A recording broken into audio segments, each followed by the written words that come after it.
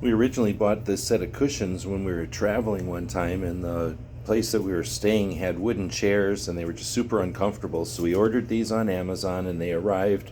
We picked them up at one of those boxes and we've enjoyed them. We've just left them in the vehicle. And what happens is, as you can see, the little dude has taken it as his pillow, his place to live. So when we're at a hotel like this, I'll set that thing down. I don't have to worry about him finding a place on the actual mattress or anything to sit on.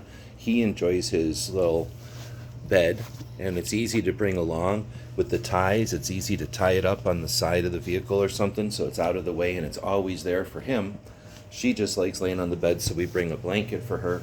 But the other thing we bring along is this BurgeonNest, I don't know how to say it, but this is definitely his favorite travel place.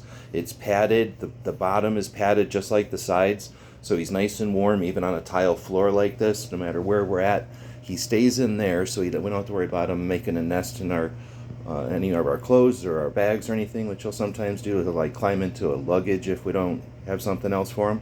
So this way he's super happy when he's on the floor, and to keep him in one spot when he's on the bed, we use this pillow.